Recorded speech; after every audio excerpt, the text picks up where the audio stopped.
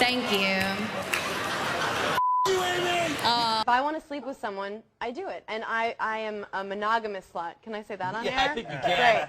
That's not what we're worried about. But what I'm saying is, I have a higher risk of disease. I also have a much higher risk of fun. No, I'm not saying that. What I'm saying is to prove my point by saying that, you don't think it should be used as a bargaining tool. Yeah. But, I mean, as far as, the kind of point of the column is that abstinence is the one taboo issue regarding sex. I mean, it's like, oh, be a dirty stand-up comic. You're cracking new ground there, Copernicus. But once you talk about abstinence, everyone all of a sudden, they put you, like, right now, we have to talk about it. Because who is this kid who's talking about abstinence who, Well, it's who's this kid who's, 23. You don't know who you're going to be sexually yet. So to talk about it with such authority and arrogance. I don't know who I'm going to be what? You don't know who you're going to be sexually yet. You're going to be into really weird things in about a decade. Oh, I have no doubt. I have no doubt. Yeah. Trust me. And the thing is, it doesn't. But I really do want to do. But there should be no confidence.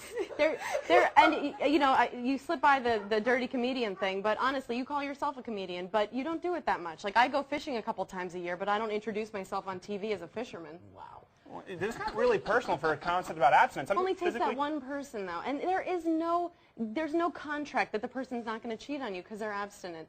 She could fall in love with somebody else. Well, actually, there is a contract. That's what a marriage is. It's a contract. Well, it's a contract that more than 60% of people break. No, actually, that's not true. Actually, if you even look at the new U.S. Census Bureau statistics, more than 70% of first-time marriages last. Okay, but then the guy goes off and sleeps with a young boy. Well, good. You guys stayed married, but then there's infidelity. Well, once you bring out the statistics that guys are running around rampantly sleeping with young boys. First of all, I'm not a boy. I know I have characteristics as such. All I'm saying is, yes, you're right. Of course, it is way safer to not have sex, but yeah, but if you have sex with one person, maybe they've had sex with one person. It only takes that one. I've probably had sex with, I don't know, a baker's 2 dozen, and I'm fine. You had sex with Mike Baker? He is happily married. But I have to say, my last 3 relationships, which each lasted between 2 to 5 years, we slept with each other almost immediately.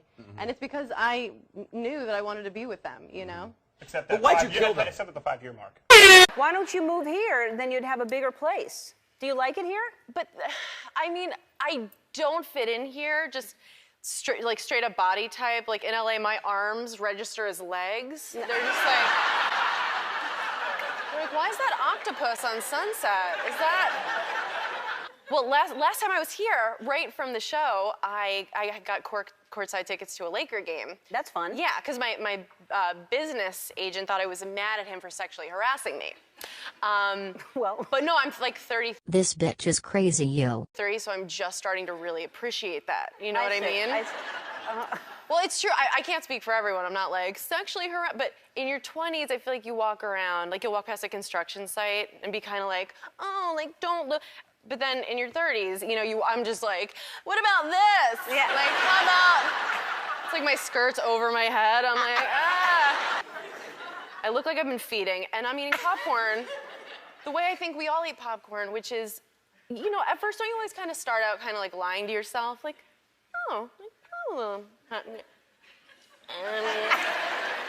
like one piece at a time, and then like you get a little more real, right? And then eventually you just you get real, and it's just, like I've split my lip trying to get one more kernel. It's true. In my dumb mouth, it's true. Do you eat popcorn like that, though? Are you a popcorn lover? Do you eat popcorn like that, though? Are you a popcorn lover? And something about the darkness, we just lose all of our inhibitions in the darkness. Is the popcorn really that delicious we must shovel handfuls of it into our mouth?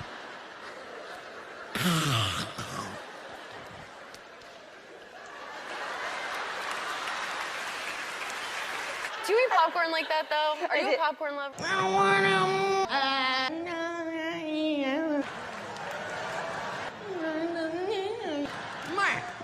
Mark. Yay!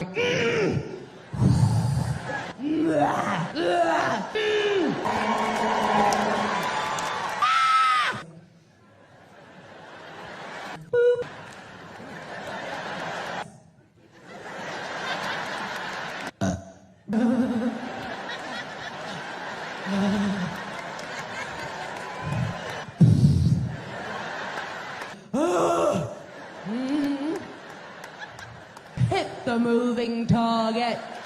When you think come and make chili.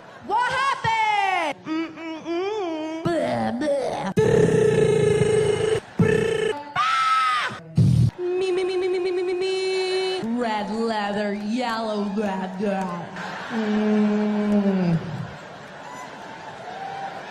Not tonight, motherfucker. Woo!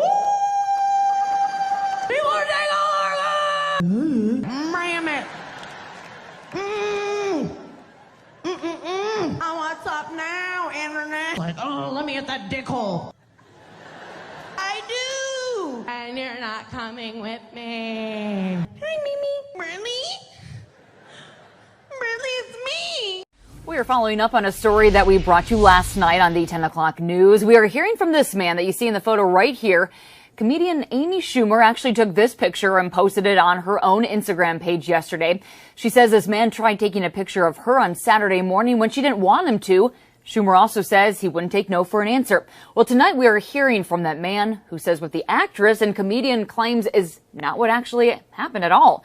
Now, Schumer's version of events has prompted dozens of stories online across the country and tens of thousands of comments attacking that man. Yeah, and it's all from here in Greenville, South Carolina. Tonight, that man, Leslie Brewer, he sat down with us about what happened and also about what's happened since. Well, and that's just for me sitting here with you. The last 24 hours for Leslie Brewer have been, for lack of better words, surreal. It was literally 5 minutes, and it was like everywhere. He's talking about a picture that actress and comedian Amy Schumer posted on her Instagram page yesterday of him, thumbs up and smiling. But the reason she posted it, she says, was not a good one. She wrote on Instagram that Brewer ran up to her, tried to take a picture with her, and that he would not take no for an answer. When she came back up to me, kind of like at the end of it, she had ran back up to me and she had took a picture of me. That's how you got a thumbs up. And I was like, you know, I don't care. And she was like, well, I have 4 million followers and I'm going to have them bash you. And that's exactly what happened. In the day since that picture was posted, article after article has been posted calling Brewer everything from an idiot to a persistent jerk. But Brewer says it didn't happen that way, and he has proof. Sorry. Can you delete that? It's short. Sorry. Can you delete that? Brewer says it proves it did not play out the way Schumer said it did. He was downtown and others had recognized her, and he says his wife noticed her right behind him. There was no running up. And I did it in a non-threatening way. She said I got up in her face, and it was completely different from the video. Sorry. Can you delete that? Brewer says Schumer only made things worse after that video was taken. He thought she was coming back to apologize, but instead, he says she took the picture and personally insulted him. Then she got mad at me. He didn't delete the video, and at this point he says he's glad he didn't. He wants everyone to know what happened didn't happen the way Schumer said it did, and he says the comedian now has one less fan. I understand you want to blast me, and that's what she told me, but you're a celebrity. That's petty. That's beneath you. Now, Brewer says that if he had to do it over again, he would not have taken the picture knowing the trouble that it has caused. But he also says he had stopped on his phone when he was asked to by Schumer. Amy Schumer initially said that the incident involving Brewer in downtown Greenville would keep her from doing any more photos with fans, period. But she has since backtracked on that somewhat. A rep for the comedian told People magazine this weekend, quote, "I am grateful to the people who like my work and support me, but not the ones who think that behavior is okay." You tell them, are you happy? Are they, you emotionally they're at satisfied? church smiling? No, you can say, are you emotionally satisfied in your marriage? Yes, no. By 25% spread, both spouses who are virgins, yes. Are you sexually satisfied in your marriage? Yes. Is it difficult for you to achieve orgasm? Why would people have to be honest about their emotions? All the sources are listed in the column.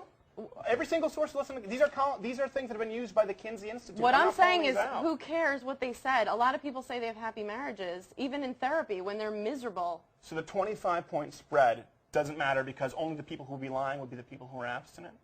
I just don't know any happily married people. Speaking of I'm sorry that got so heated. I just want that to say was good TV. I just want to say that I read the blog and it did come across to me like you ended it by saying no judgments, but it definitely felt very judgmental. Of course, when the column was written about the reaction from people like you who the second you talk about abstinence get upset. So